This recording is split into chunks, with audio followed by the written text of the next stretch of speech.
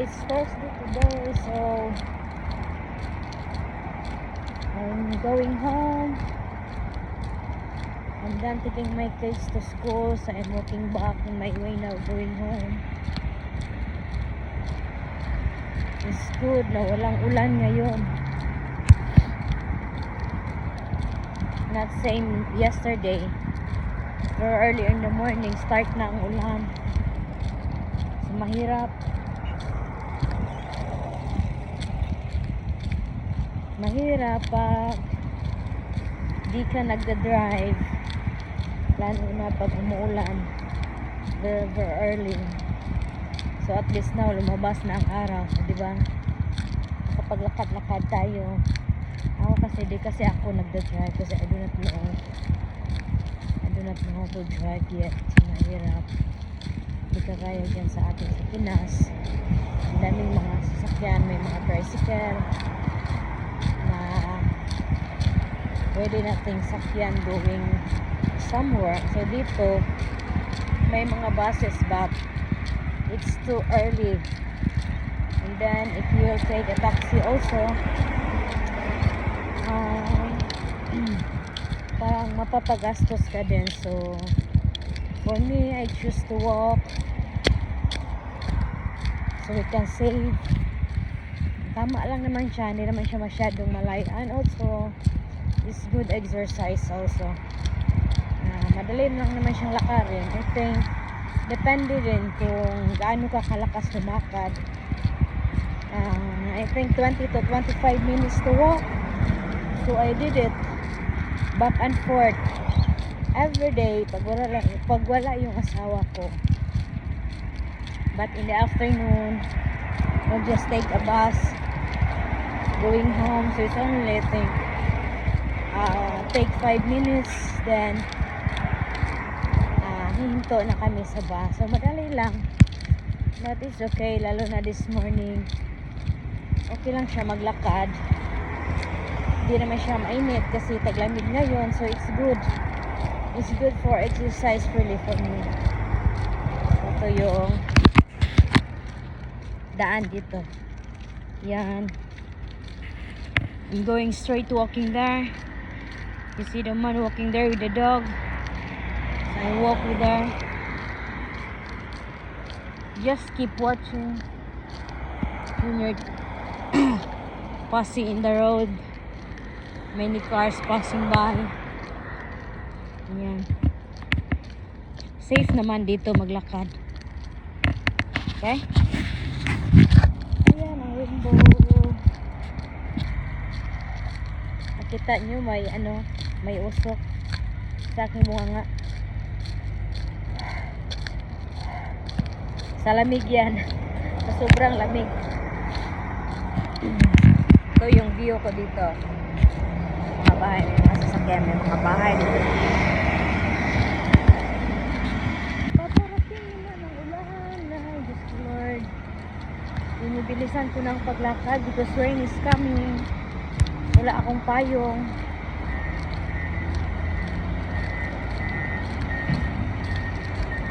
Kita niyo yan. Na-traffic masyado dito. Ang daming mga sasakyan.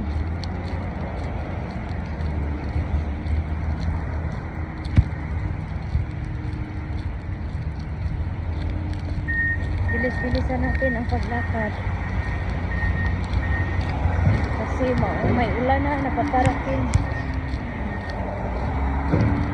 Watch, nandiyan na si ulan, coming na si ulan.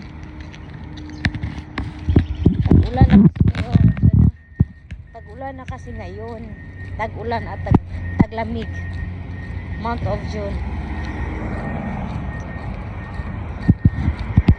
It's winter time here in Western Australia. May mga ekwipo dyan kasi may mga nagtatrabaho that is housing there. They start building a house. Pero I think nagtatambak pa sila ng mga lupa to make it higher. kasi parang ano dyan yan eh. Parang malubak-lubak. So is this there? There's a place there that they are building there, as you can see there. There's subdivision there. I'm close to my home.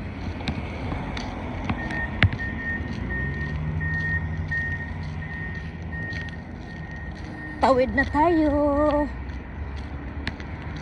Mangitim-ngitim na ang langit.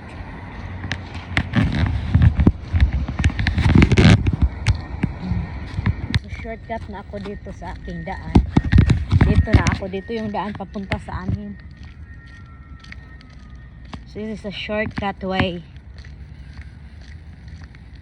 Mas malapit to dito. So ayan po. Everyday ganito po yung ginagawa namin. Walking in the morning. Yun nga lang, sana nga hindi kami maabutan ng ulan sa daan. Kasi mahirap. Every morning pa naman umuulan dito. Madaling araw. Ayan. So hopefully but this day it's good. It's good kasi nahatid ko pa yung mga bata. Lumabas pa yung araw, so wala pang ulan. At makauwi pa ako na wala pang ulan. Mamayang hapon na naman to. I'm sure uulan to mamaya, but it's okay. I'll just bring an umbrella, walk going there, and we just take a bus going home. Yan ang nabang talaga. Dapat talaga kasi marunong tayo mag-drive. Alam natin paano mag-drive. Hindi talaga ako marunong mag-drive. We have the car but I can't use it because I do not know how to drive. So I need to practice, need to learn someday. Not now. Oh God, wala ng araw, nawala yung araw. So dark na yung langit, oh. I'm sure malakas ang ulan pag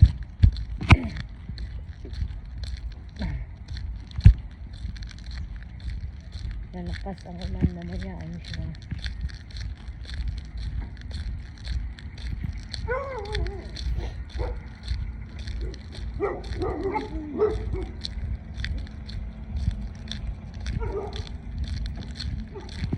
There's the bird there.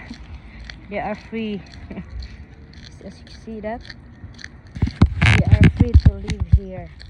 Bawal po hulihin ang mga ano dito, mga ibon, and even the worm or whatever.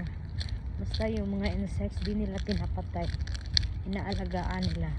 Kaya kung nakita ko yan, pinapatay ko yan kasi nagtatakot ako. Yung asawa ko hindi, sinisave niya yan kasi they have a life, as he said.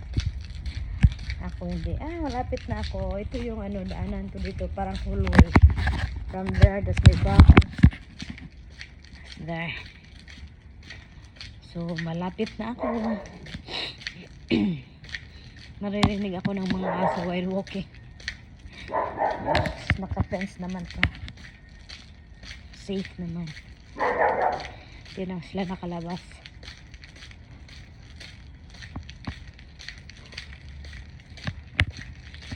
Ayan na yung langit. I'm here. Ito yung mga kapitbahay ko dito. So my neighbors here. Diyan.